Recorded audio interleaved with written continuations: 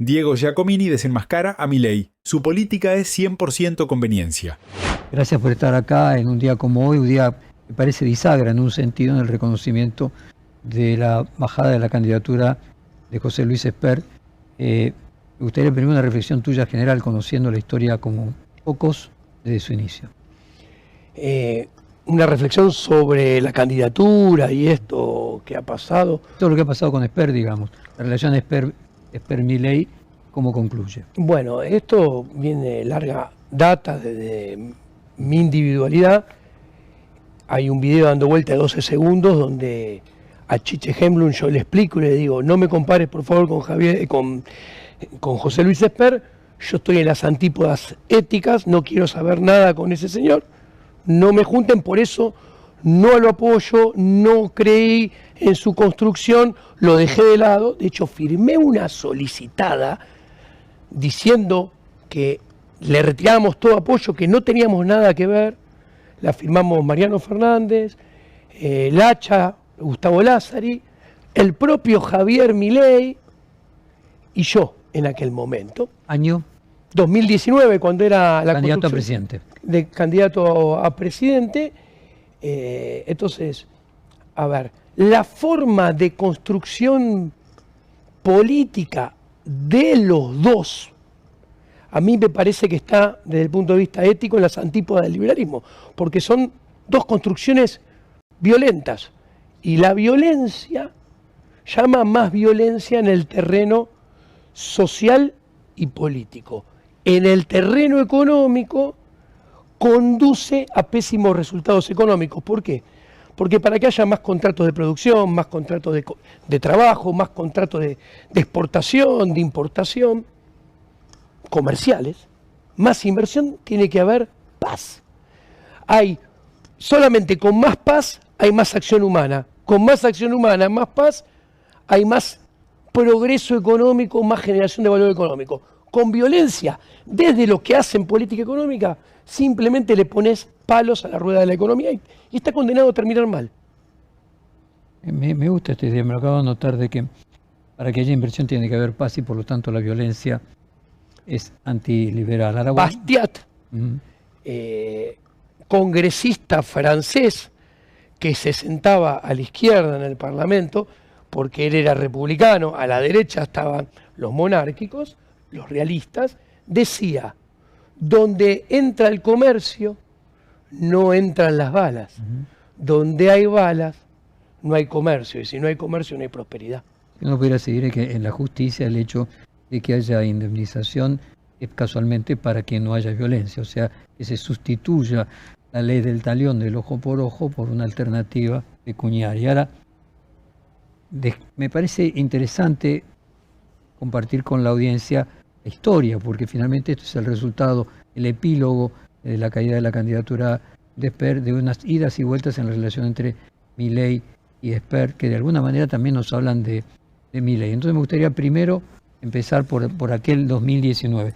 Yo recuerdo mal, hubo un video junto de Milei con Esper de a quién le pone el cajón y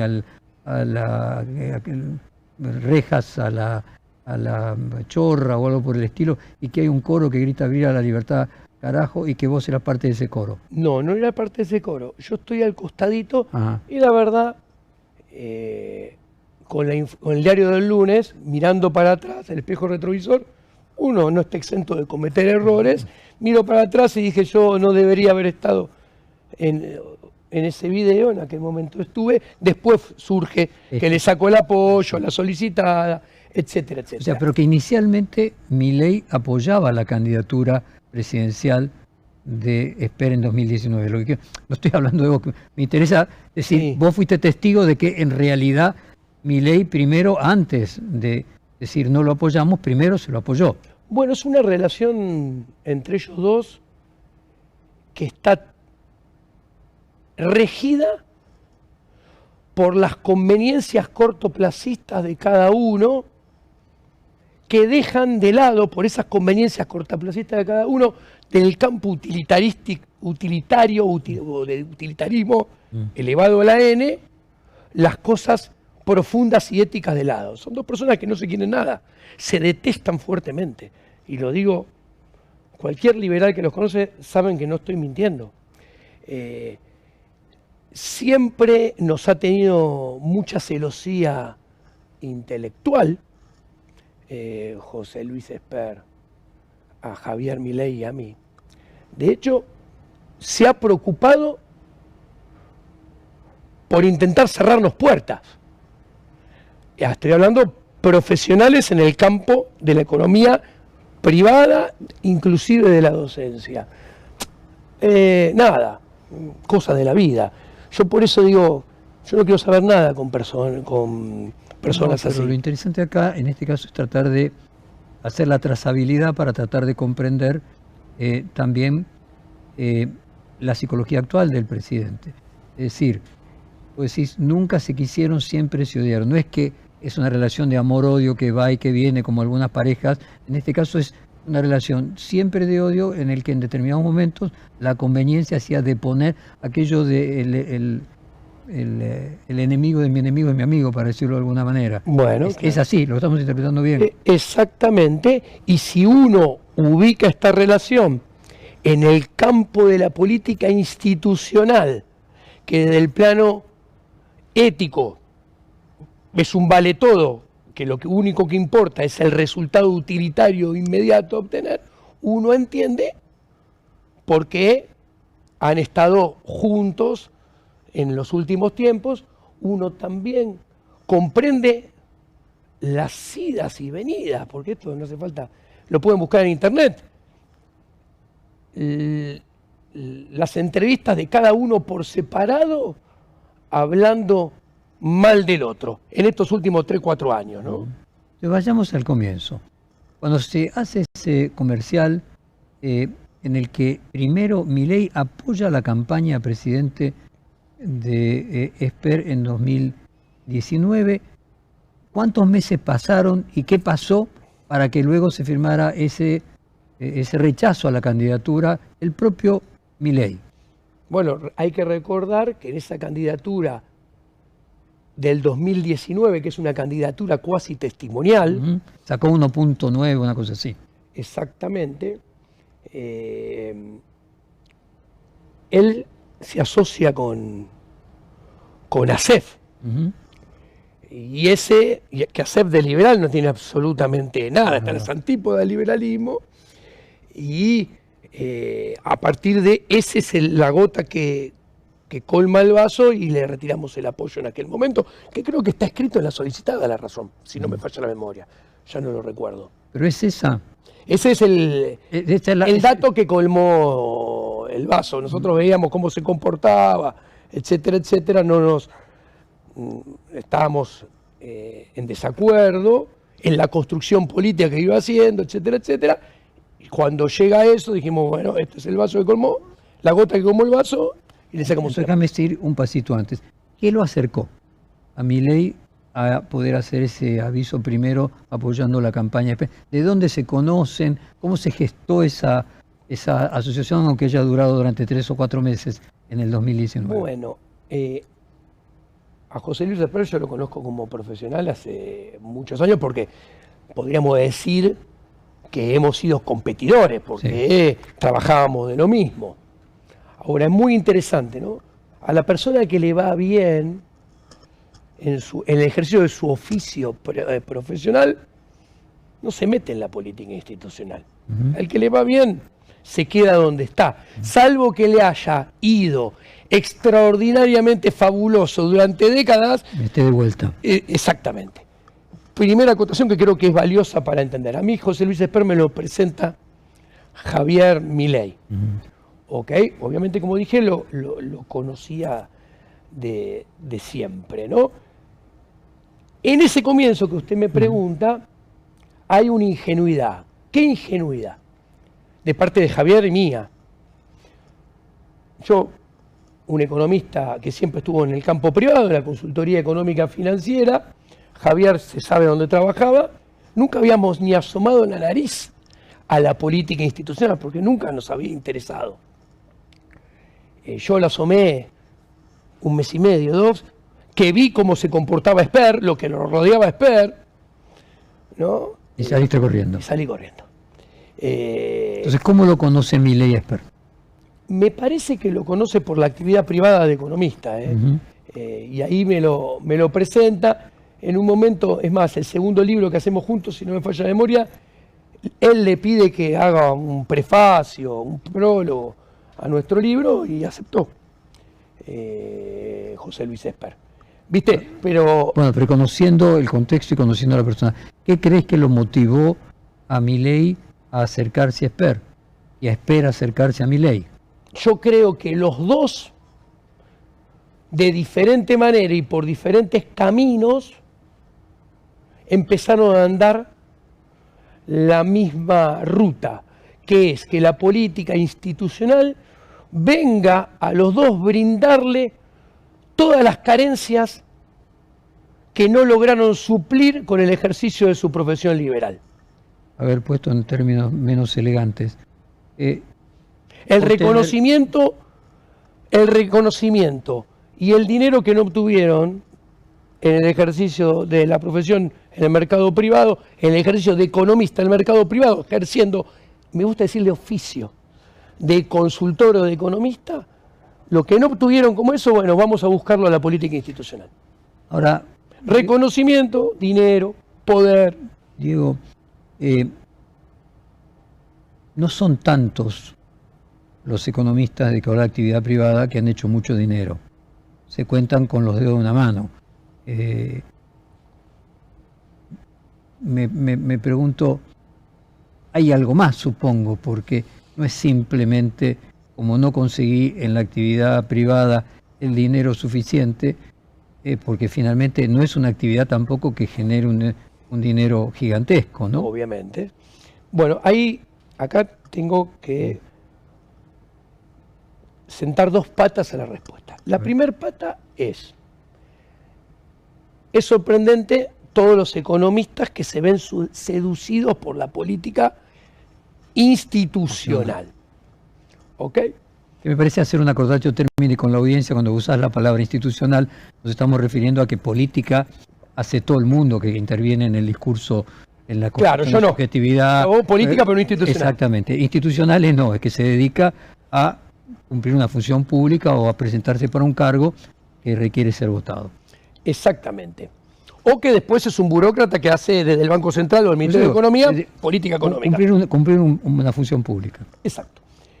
La segunda columna de la respuesta, que lo tengo que explicar, hay una nota mía del 2017 que se titula REM, cuando los economistas son parte del problema. Y acá comprender cómo se ejerce en promedio y en gran medida, no quiero decir todos, el oficio de consultor económico financiero, sobre todo para las grandes empresas en Argentina, es parte del problema. ¿Por qué? Porque muchos consultores venden acceso a la información privilegiada, que lo obtienen a partir de hablar con los burócratas del Ministerio de Economía o del Banco Central y tienen relación fluida con ellos, y a su vez, al meterse ellos mismos en la política institucional y ser potenciales futuros burócratas, Ministro de Economía, por ministro de Economía, presidente del Banco Central, ejemplo, cotiza más alto. cotizan más alto, pero ¿por qué? Porque pueden vender más acceso a información privilegiada y a su vez pueden vender capaz comunicaciones, comunicados, medidas de Sí, política económica. Favores a futuro. Exacto. Entonces, las empresas pagan, contratan información privilegiada e invierten en, llamémoslo, prebenda o favores futuros. Ahora, ¿cuál es el problema? Si vos sos uno de esos consultores, vos no podés decir cómo ves las cosas de verdad y la realidad. ¿Por qué? Porque si vos decís, no, mira, este plan económico va realmente muy mal, el burócrata al cual excedes no te llama más, te corta el chorro y perdés la información privilegiada. El río pues, es exactamente igual que en el periodismo. O sea, si vos querés depender de la fuente, no podés criticarla, es un clásico. Bueno, del otro lado, si vos hablás mal de las políticas y de la política institucional, te cerrás la puerta para ser eventualmente, potencialmente, un ministro de Economía o un presidente del Banco Central, con lo cual te cerrás la puerta de vender la promesa de prebenda futura, favor futura. Entonces, ¿ahí qué pasa? Ahí te encontrás que todos los economistas, y la audiencia lo va a entender, siempre dicen que las cosas van bien, que solamente hay que hacerle pequeños ajustecitos para que vayan mejor. Y cuando las cosas terminan yendo mal, saltan todos del barco 5 minutos antes. Y esto es recurrente y sistemático porque como resultado del negocio de la consultoría, que estoy explicando. Lo mismo pasa con las encuestas. La última semana se corrigen las encuestas. Exactamente. Ahora, ¿qué es lo interesante y lo grave? ¿Por qué digo REM cuando los economistas son parte del problema? Porque esos mismos burócratas después llaman a estos economistas y en privado le dicen, che, ¿vos cómo la ves? Y para no perder acceso a la información privilegiada le dicen lo mismo. Che, no, vas bien, tenés que hacer pequeños toquecitos acá, allá. Entonces, el tipo sigue aplicando la misma política económica sin hacerle los cambios debidos que le debería efectuar. Y el resultado termina siendo malo. Y REM es porque finalmente REM es el promedio de los pronósticos de los economistas del resultado futuro. ¿Cómo no entendí la pregunta? REM. El REM. Bueno, vos fíjate que es interesante. Hay un posteo mío. Digo, ¿por qué la palabra REM? Tiene que ver con... Relevamiento de expectativas de mercado. Por eso, es que finalmente son las perspectivas que hacen los economistas y el promedio de esas expectativas finalmente construyen futuro. Exactamente. O sea, el dólar va a estar en diciembre, según el REM, en 1450. Entonces, todos los economistas te decían, hasta hace un mes y medio, que el dólar al final de este año iba a estar en 1300. Entonces, ¿qué sucede? El punto es, y hay un tuit que lo puede buscar la gente, que yo puse el relevamiento de expectativas de mercado de la inflación de los economistas de todos los diciembres, desde el 2011 hasta el 2023. Los economistas siempre decían que la inflación iba a bajar y la inflación subía todos los años. Entonces, justamente la teoría, paradójicamente, a la cual yo no adhiero, de Chicago, de los nuevos clásicos sucesores de Friedman, estoy hablando de Kirtland, Prescott, Barro, Gordon, Robert Lucas Jr., te dicen que cuando las expectativas de los agentes económicos se desalinean de las expectativas de la política económica, son diferentes, esa política económica termina siendo dinámicamente inconsistente. ¿Qué quiere decir? Que los supuestos beneficios de esa política nunca terminan de llegar. Los costos, ese esfuerzo que te piden los políticos al principio, no solamente nunca se terminan de ir, sino que se agrandan, con lo cual la política termina fracasando y teniendo que ser abandonada de golpe. La historia de Argentina. Vos sabés, Diego, que exactamente igual pasa con el periodismo. Y me parece una linda conversación y nos permite mutuamente tratar de entender las profesiones y el rol que cada uno cumplimos en la construcción de expectativas. Cuando uno ve el REM de diciembre de 2017 y las proyecciones para 2018, ve que todos pronosticaban una inflación en baja, un dólar bajo, y pocos meses después el dólar se fue al doble de lo que estaba previsto, la inflación se multiplicó por 3 de lo que estaba previsto. Y lo que es curioso, el Banco Mundial, el Fondo Monetario, todos en diciembre de 2017 pronosticaron un 2018, la economía crecía 3%, cayó 3%, el dólar iba a estar 20, tuvo 40, la inflación iba a ser 20, que fue 40. O sea, no simplemente se construye una realidad interna, sino también los organismos internacionales toman el REM, toman los pronósticos que hacen las propias consultoras locales para construir sus propias proyecciones mundiales. Y se crea toda una fantasía que dura hasta que el globo se pincha en un determinado momento. Vos fíjate que hasta el domingo 29 de septiembre, ninguno de los diarios importantes registraba el problema de Esperco Machado. Exactamente. Lo mismo pasa con las encuestas. Las encuestas hasta el día antes de las elecciones dan ganador siempre al oficialismo. y termina resultando lo contrario. Es decir, de lo que estamos hablando acá es de un proceso en el cual determinados sectores cercanos a los agentes políticos terminan en cierta convivencia construyendo mutuamente una burbuja. Una burbuja que se explica de qué forma, o desde dónde, mejor dicho. Desde que son parte todos del mismo negocio.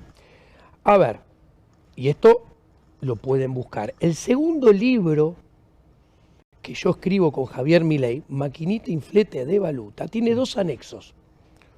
Un anexo de 36 páginas, que lo hice todo yo, es la presentación que yo le llevo a Federico Sturzenegger en diciembre del 2015, enero del 2016, apenas asume como presidente del Banco Central de Macri. Y yo le digo, si vos querés hacer inflation targeting, vas a hacer que Macri se vaya con más inflación de la que entra y lo vas a hacer fracasar. Y les muestro con teoría, muy técnico, 9 razones por las cuales en Argentina no estaba dada ninguna de esas 9 condiciones necesarias para poder tener chance de que fuera exitoso el inflation targeting. Federico Sturzenegger me contestó, yo voy a aplicar lo que está de moda en el mundo. Y yo le dije, pero pará.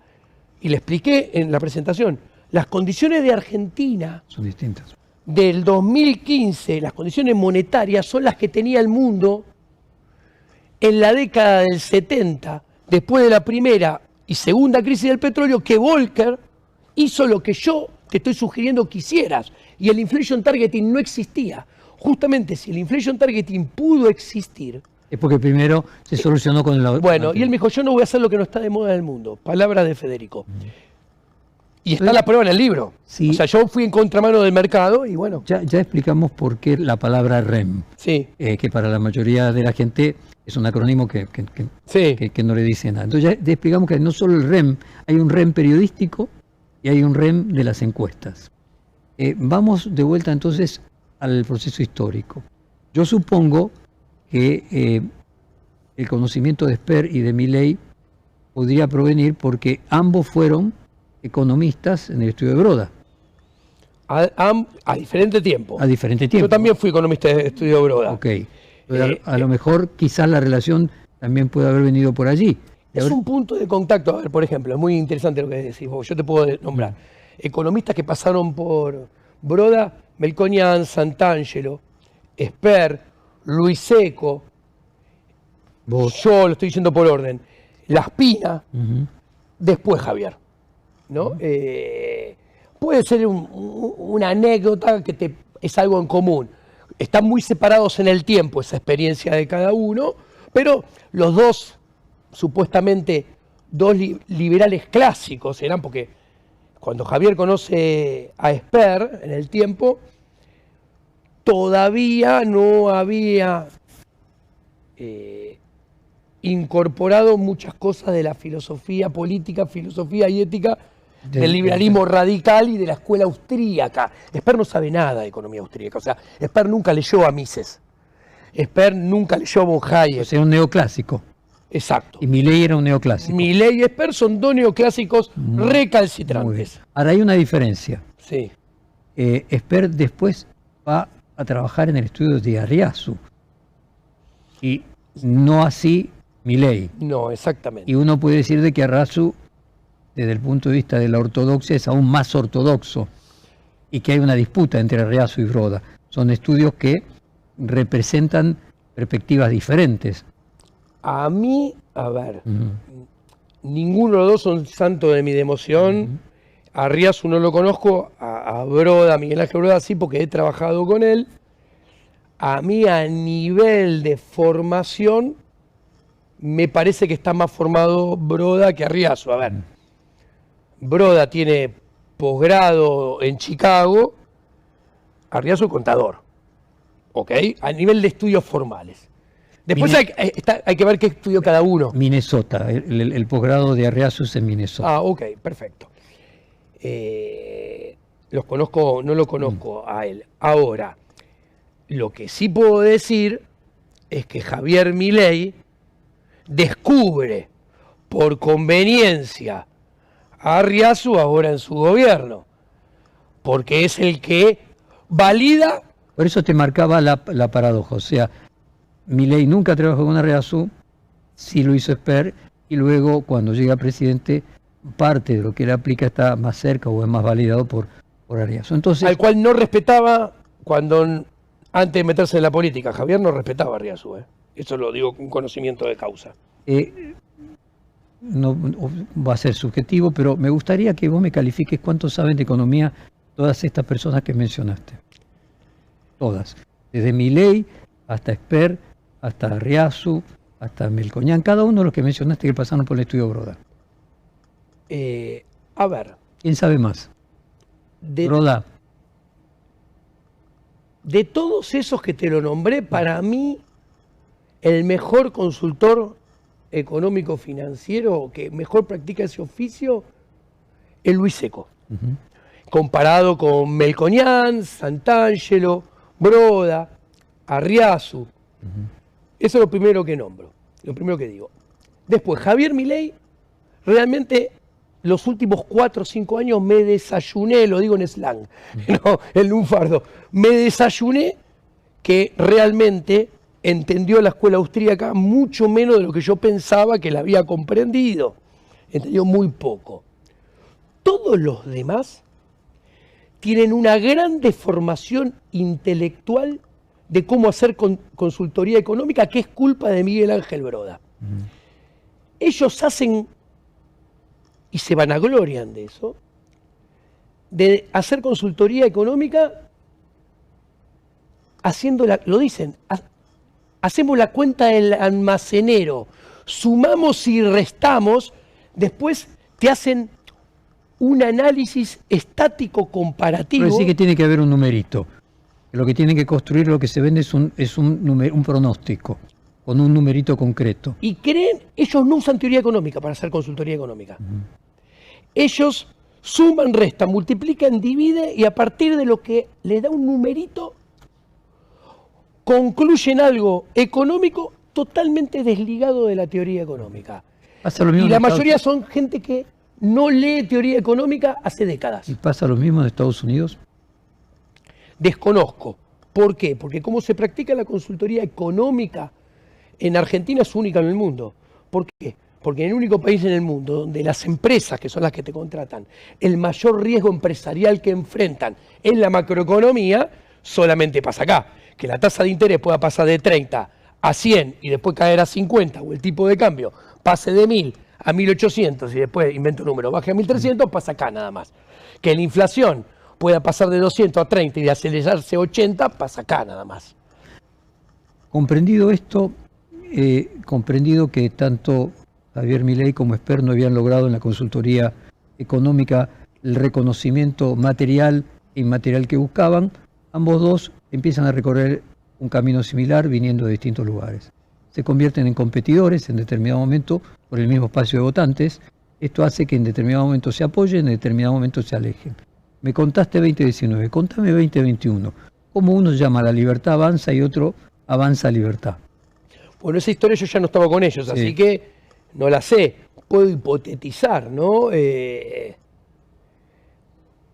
Habría que consultarle a un psicólogo, pero dice mucho de la rencilla entre ellos. Ese juego de palabras que le pusieron dado vuelta, el de nombre uno a un partido y otro al otro. O sea, están compitiendo entre ellos dos sus egos para hacerse dueños de la palabra libertad. Entonces permitime ir un paso antes para ser cronológico. ¿Qué pasó entre 2019 y 2021, 2 años, en los que vos te alejaste no solo de Esper, sino también de Milei?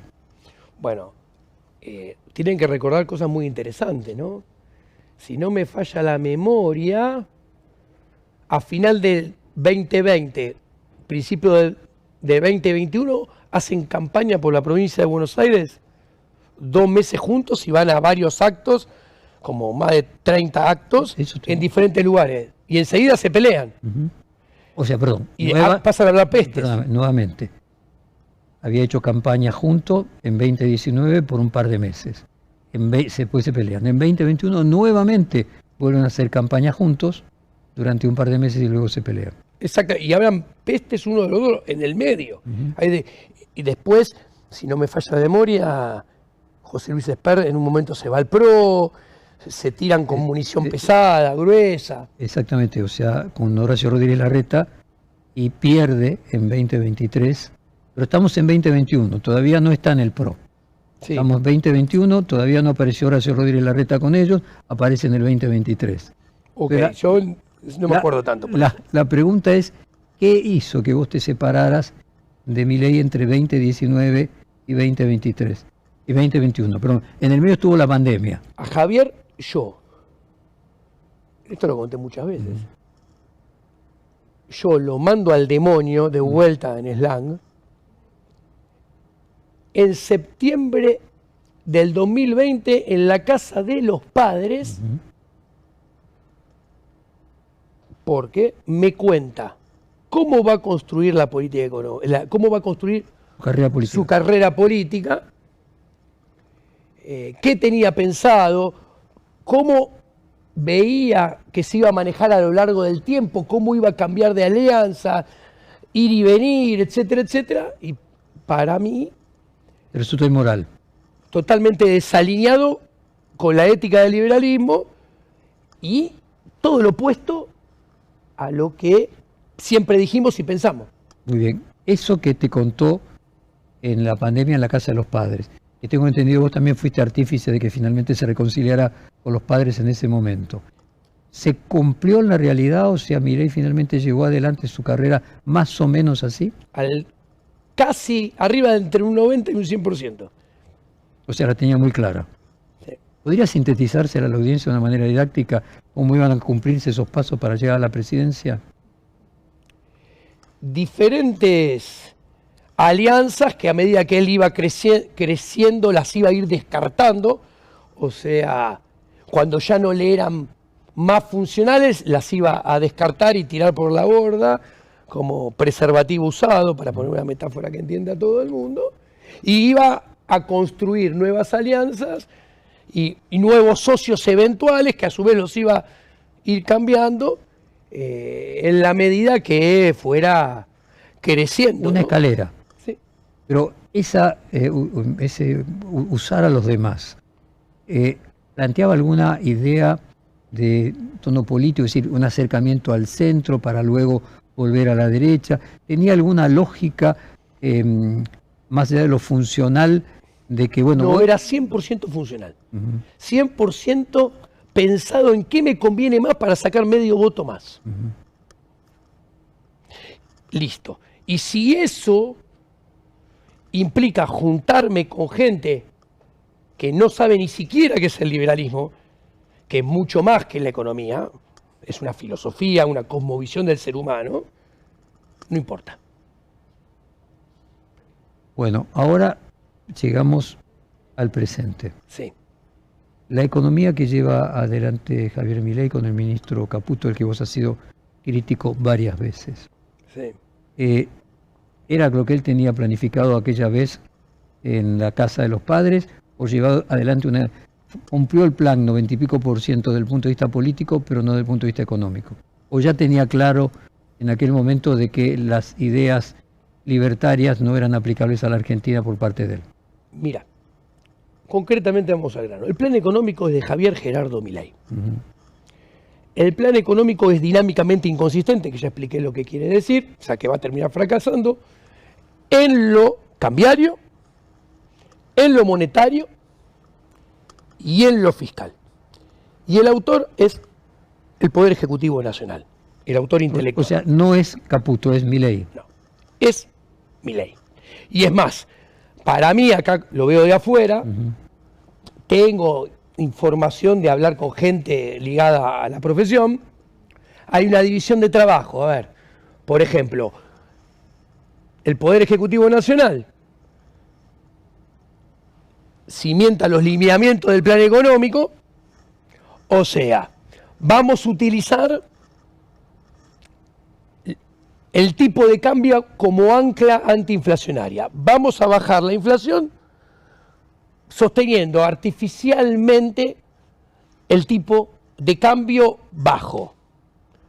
podemos hacer esto. Después no se mete. Bueno, Caputo, si hace falta más cosas, arreglate vos, a ver cómo lográs eso. Pero es que Caputo sería una especie de secretario de Hacienda y él el ministro de Economía. Claro. Caputo es el que tiene que conseguirle la plata para que el plan económico es de Milei. Te doy un ejemplo. Te mencioné lo del tipo de cambio, que ¿por qué es un error intelectual?